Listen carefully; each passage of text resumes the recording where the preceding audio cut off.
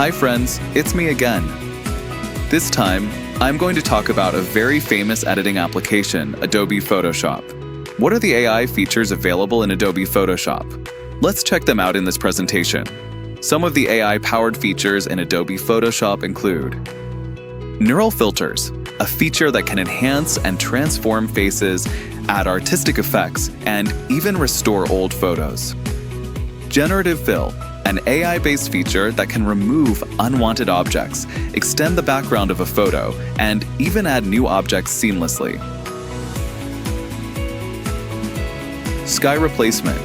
This feature allows users to automatically replace the sky in a photo, with AI adjusting the lighting and colors to match the background perfectly.